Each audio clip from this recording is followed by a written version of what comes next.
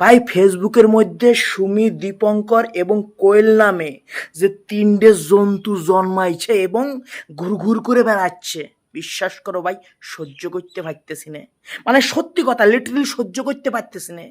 তাদের যা কাজকর্ম, যা অঙ্গভঙ্গি এবং ভুল না স্বীকার করিয়ে যে কনফিডেন্স লেভেল লইয়ে ঘুরে বেড়াচ্ছে, সহ্য করা যাচ্ছে না।